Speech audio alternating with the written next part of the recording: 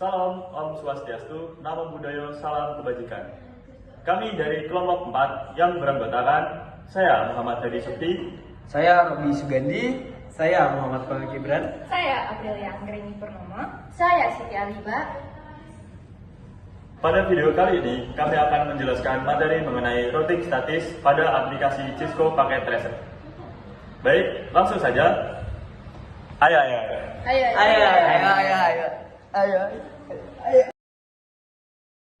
Baik, kita mulai dari topologinya. Pada jaringan ini, topologinya terdiri dari 3 router yang terhubung secara berantai. Setiap router terhubung ke satu switch, dan setiap switch menghubungkan 2 PC, sehingga ada 3 jaringan LAN yang berbeda. Agar semua komunikasi jaringan bisa saling terhubung, digunakan routing statis, yaitu dengan menambahkan jalur secara manual di setiap router menuju ke jaringan yang lain. Dengan konfigurasi ini, semua PC dari jaringan yang berbeda bisa saling terhubung. Pertama-tama, kita akan melakukan konfigurasi pada router 0. Di bagian ini, kita melakukan konfigurasi pada interface fast Ethernet 0/0 di router 0. Interface ini diaktifkan atau di-on-kan dan digunakan untuk menghubungkan router ke jaringan lokal. Kemudian, kita memberikan IP address 192.168.10.1 dengan subnet mask 255.255.255.0 yang berfungsi sebagai gateway untuk perangkat di jaringan tersebut. Dengan konfigurasi ini, router 0 sudah dapat berkomunikasi dengan jaringan LAN yang terhubung. Di bagian ini kita akan mengatur interface pada fast Ethernet 0/1 pada router 0 yang digunakan untuk menghubungkan ke router lain. Jika interface sudah aktif, lalu berikan IP address 10.0.0.1 dengan subnet mask 255.255.255.252. Subnet ini biasanya digunakan untuk koneksi point-to-point antar router. Dengan konfigurasi ini, router 0 siap berkomunikasi dengan router yang terhubung langsung, yaitu router 1. Berikutnya adalah konfigurasi router 1 pada bagian fast Ethernet 0/0 yang digunakan untuk menghubungkan router 1 ke router 2 atau untuk routing. Nah, pada fast Ethernet 0/0 ini kita masukkan IP-nya 11.0.0.1 dan subnetnya 255.255.255 dan 252. Untuk berikutnya adalah fast Ethernet 0/1 yang digunakan untuk menghubungkan router 1 ke router 0. Sama seperti tadi, cuma bedanya di sini adalah IP-nya 10.0.0.2. Jika jaringan routingnya sudah dibuat, maka berikutnya adalah router 1 menuju ke jaringan LAN. Masukkan IP-nya adalah 192.168.11.1 dan untuk subnet masknya adalah 255.255.255.0. Dengan begitu, router 1 sudah dapat terhubung ke router di sebelahnya, yaitu router 0 dan router 2, dan juga dapat terhubung ke jaringan LAN yang terhubung langsung ke switch dan PC. Selanjutnya adalah konfigurasi router 2. Bisa kita lihat, ini adalah konfigurasi interface fast Ethernet 0/0 pada router 2. Interface ini mengarah ke jaringan LAN dengan konfigurasi IP address 192.168.12.1 dan subnet masknya adalah 255.255.255.0. IP ini berfungsi sebagai gateway untuk perangkat di jaringan 192.168.12.0. Lalu, konfigurasi router 2. Ini adalah konfigurasi fast Ethernet 0/1 pada router 2 yang terhubung ke router 1. Konfigurasinya adalah IP address 11.0.0.2 dan subnet masknya adalah 255.255.255.252. Subnet slice 30 digunakan karena hanya membutuhkan 2 alamat IP untuk komunikasi antar router.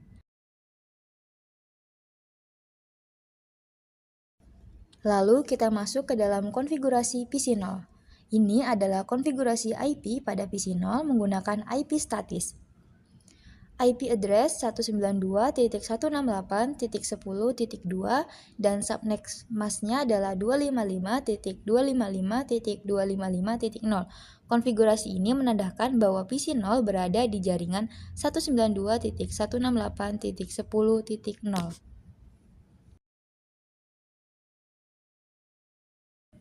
Dan selanjutnya adalah konfigurasi gateway PC1. Ini adalah pengaturan default gateway pada PC1. Default gateway yang digunakan adalah 192.168.10.1 yang merupakan IP dan router 0. Gateway ini berfungsi agar PC dapat berkomunikasi ke jaringan lain di luar jaringan lokalnya. Oke, selanjutnya di sini ada gambar PC2. Nah, dalam gambar ini menunjukkan konfigurasi alamat IP pada komputer yang berada di jaringan LAN router 1. Berdasarkan tabel routing, PC2 memiliki konfigurasi dengan IP address 192.168.11.2 dengan subnet mask 255.255.255.0 dan default gateway-nya 192.168.11.1. PC2 berfungsi sebagai host dalam jaringan 192.168.11.0/24 yang terhubung langsung ke router 1. Konfigurasi gateway yang mengarah ke router 1 agar PC dapat mengirim data ke jaringan lain di luar LAN-nya.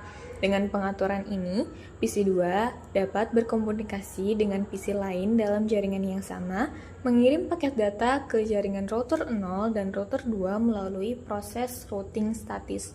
Hal ini membuktikan bahwa PC2 telah dikonfigurasi dengan benar sebagai bagian dari jaringan router 1. Selanjutnya, pada gambar PC3 memperlihatkan konfigurasi IP pada komputer kedua yang masih berada dalam jaringan LAN router 1. Konfigurasinya yaitu IP address 192.168.11.3 dengan subnet mask 255.255.255.0. Default gateway-nya 192.168.11.1. Nah, PC3 berada dalam satu segmen jaringan dengan PC2, sehingga keduanya dapat berkomunikasi secara langsung tanpa melewati router.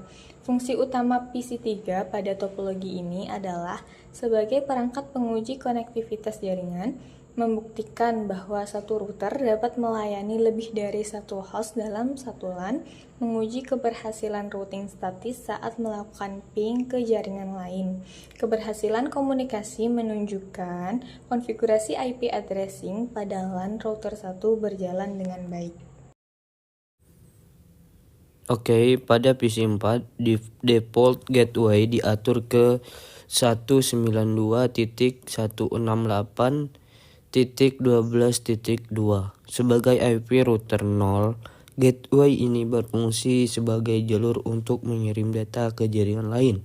Jika tidak dikonfigurasi, PC4 hanya dapat berkomunikasi dalam satu jaringan, misalnya pada PC0, dan tidak bisa terhubung ke PC lain seperti PC2 atau PC5 di jaringan berbeda. Pengaturan gateway pada PC5. Selanjutnya, pada PC5 kita juga perlu mengisi default gateway. Di sini saya mengisinya dengan 192.168.12.3, yaitu IP milik router 0. Seperti sebelumnya, tanpa pengaturan gateway ini, PC5 hanya bisa berkomunikasi dengan PC0, tapi tidak akan pernah bisa mengirim data ke PC di jaringan lain seperti PC2 atau PC4. Oke, baik. Jadi di sini saya akan memastikan apakah PC di sini dapat terhubung satu sama lain. Untuk memastikannya, saya ingin coba mengecek apakah PC3 itu dapat terhubung dengan PC0. Saya di sini punya dua cara. Untuk cara yang pertama, kita coba klik saja PC3. Lalu pergi ke menu desktop, lalu ke command prompt. Lalu di sini kita ketik saja ping. Lalu kita masukkan IP dari PC yang akan kita tuju.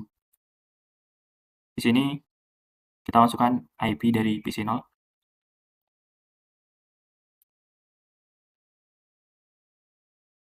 Kalau sudah, kita klik enter. Nah, kalau sudah seperti ini, berarti antara PC3 dan PC0 itu terhubung. Nah, kita coba pakai cara yang kedua. yaitu kalian klik aja menu icon yang seperti pesan ini, kalian klik, lalu kalian arahkan ke PC 3, lalu kalian klik juga pada PC 0. Nah, jika di sini tertulis successful berarti berhasil ya. Nah, sekarang kita coba cek lagi nih. Kita coba cek PC 1 ke PC 4. Kita klik aja pada PC 1. Caranya sama.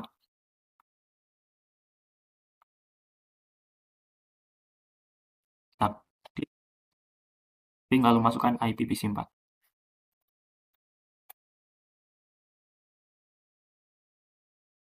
Lalu kita klik itu.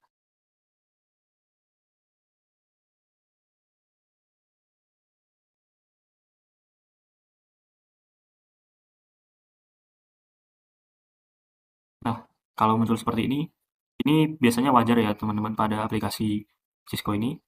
Ketika kita ingin memastikan, kita tulis ulang saja.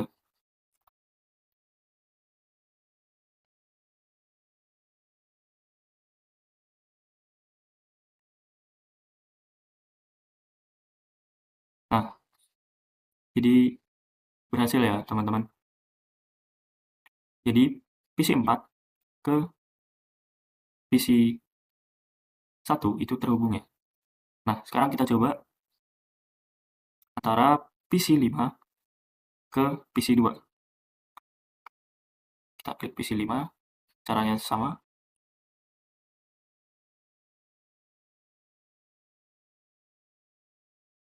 Langsung mati.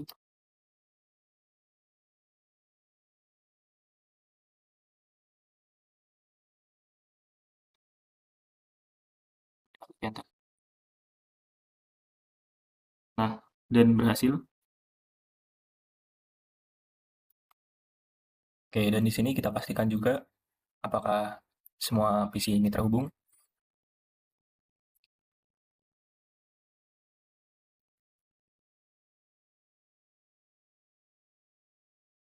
Jika sudah terhubung, maka akan ada tulisan successful di situ. Nah, jadi kesimpulannya, semua PC yang ada di sini itu saling terhubung satu sama lain.